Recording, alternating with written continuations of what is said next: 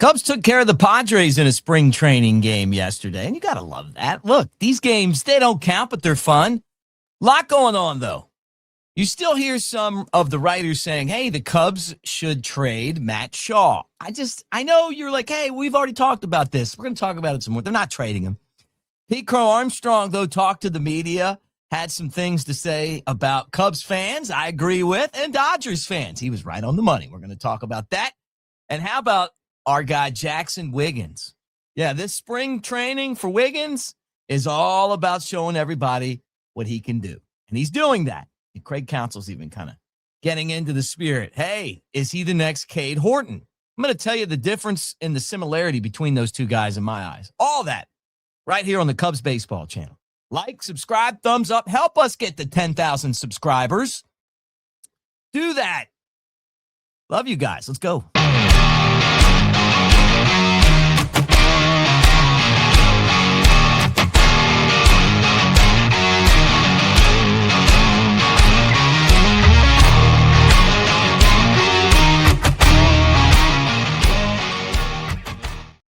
Thanks, everybody. Mick Gillespie, Cubs Baseball Channel, and it is a pleasure to talk to you guys today, as we do on a daily basis. Please watch my new shows, including Beer Money with Cubs Hall of Famer Jody Davis. Come on, man. You guys got to watch this. More views than what we got.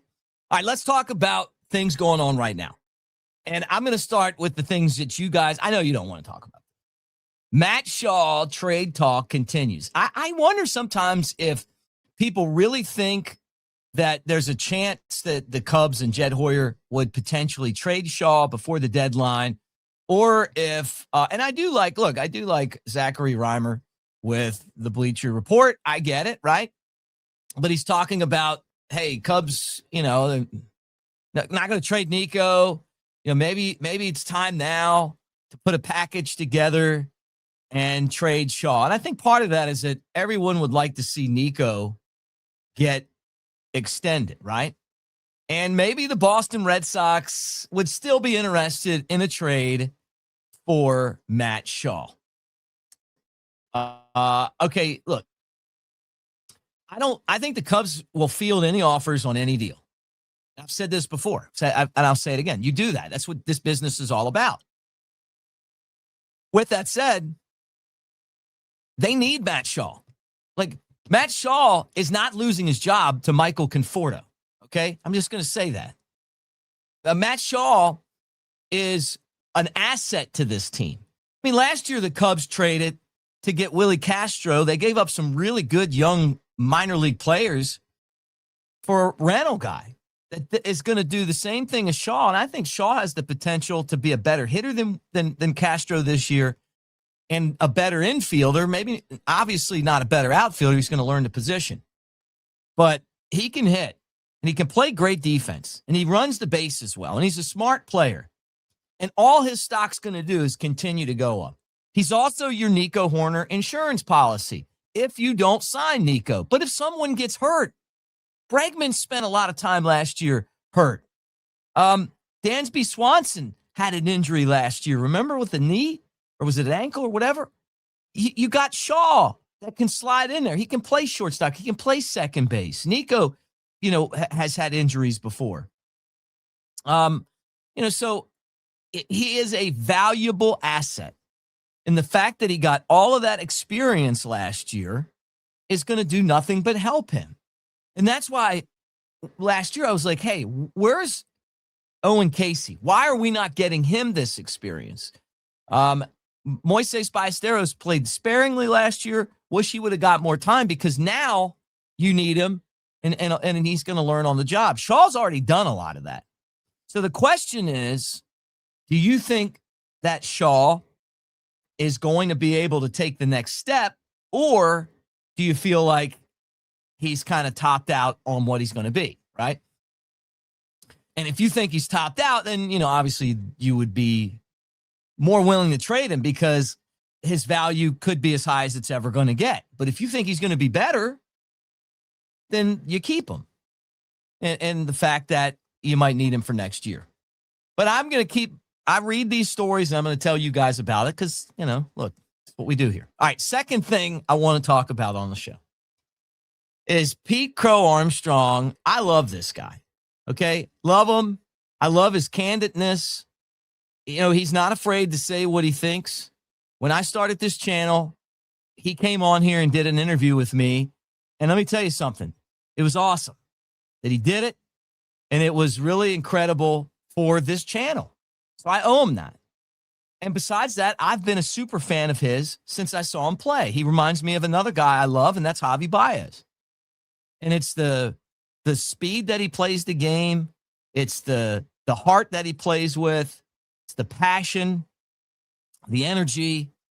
I love all of it, the speed. So he's from LA. And he first off, he's like talking about how much he loves Chicago. And he talks about Chicago being an incredible city.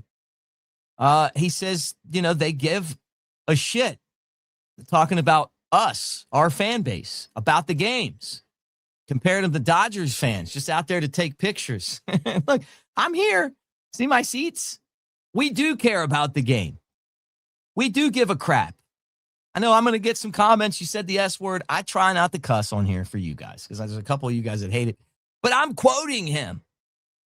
We have the best fans out there, and we've had the best fans for a long time. That's the thing that I think frustrates me in years where you feel like we're not trying hard enough. But it feels like this year, without being the Dodgers and spending way more money that is ridiculous, I think we're doing okay. I think we went out and pushed hard. I think we fought for Zach Gallen. It didn't work out. It didn't make sense, but we tried. And there could be some more moves coming. But nothing better than when the Cubs are playing great baseball. You felt the energy last year with the team. I love that. When the Cubs and Wrigley Field get that energy, get that momentum, there's not a better place in the country to watch a game. There's not a better city. There's not a better stadium. Fenway, Yankee Stadium, they're great. Giants, great atmosphere. Cubs, best. Wrigley Field, best. And I love the fact that PCA's talked about that. And he got into, you know, making the adjustment last year. This is going to be a really interesting season for him because we saw how great he can be, and then we saw how pedestrian adjustments to him can make him. And what it comes down to is, to me, one thing right here.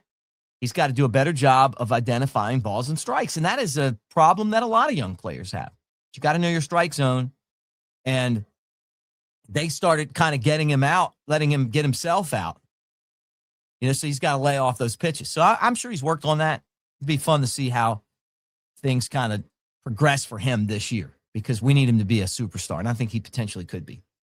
And I love him on Team USA. Let's go. Not a better defensive outfielder in the game. I don't care what the Bible, the fielding Bible says. Pete Crow-Armstrong's the best. Hands down. All right. This is the Cubs baseball channel. This is a Cubs baseball channel hat. There's a QR code right there to join us on our Avenue 3 home. That's where we're going to have our March Madness. That's where we're going to have a place where you guys can go and pick games every day. It's free, but you can win money. Avenue D, Mick Nation, be a part of it. That's our Web3 home, and we're building that, and we want you guys to be a part of it. All eyes on Jaxson Wiggins. Now, we talked about Wiggins coming into camp, and I felt like, and you guys know this if you've watched this channel, he could have helped the Cubs last year if he was healthy. And we don't know if he's healthy or not. And what I mean by that is last year, it was really strange with the way that the Cubs, basically let him pitch, right? Or didn't let him pitch. He was dominant in Double-A, but then there were like a couple months where he would just pitch one time a month.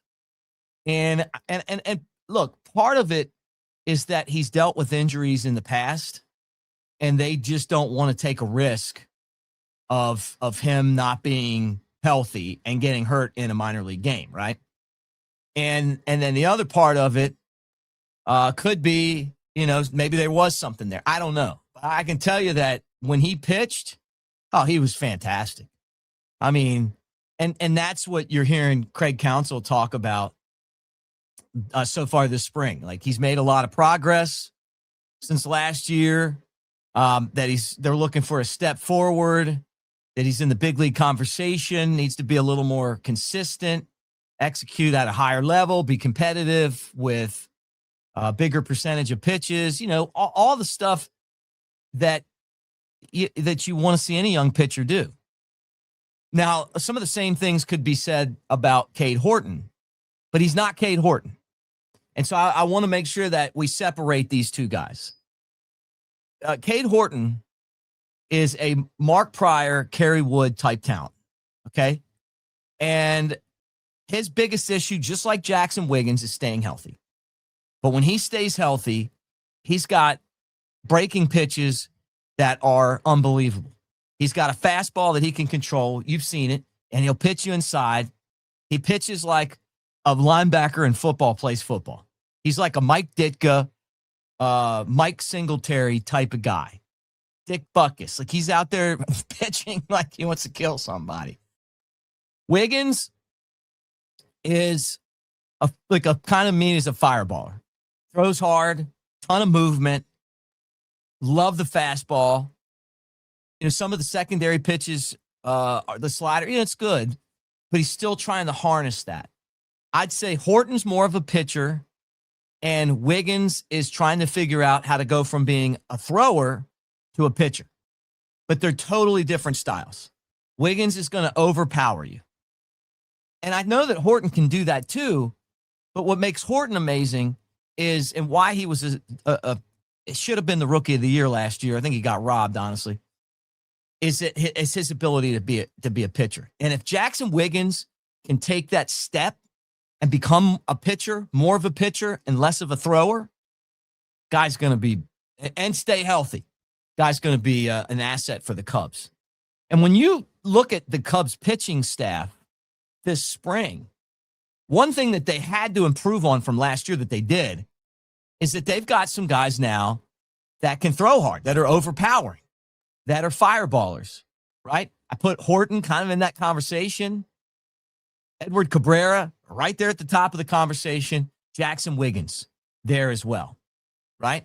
Shota, another solid performance. Velocity's up. He's healthy. And now we know why he struggled last year. And I think I love Shota. So I'm excited for him. But he's not on that same level as those three guys. And there's some guys in the bullpen as well, like Palencia. You know, to win big games, you got to have that balance, but you always want to have a guy or two that is just going to come in and just rip it right by. And, you know, look at the Dodgers and what they were able to do. They got some guys on their staff that throw just gas, like Yamamoto. All right, final thing on today's show. Good news here. Brandon Birdsell is on the comeback trail. And it was very cool when you see the guy actually out there throwing, because it's been a while. Video of him surfaced. Our guy Rich out in spring training throws it up there. He's guy's throwing into a net, but still, you know, 25 years old. He was a key piece in the Double-A team winning a championship in 23, 24. He was a Cubs minor league pitcher of the year. He's one of these guys that you look at and you're like, man, he's got this four-seam fastball that stays up here, but it looks like it's down here. And when he's got that thing going, it's total big league stuff. And it's going to be, nice to kind of have him back. Now, you remember, he's going to miss the whole season. So it ain't going to be this year.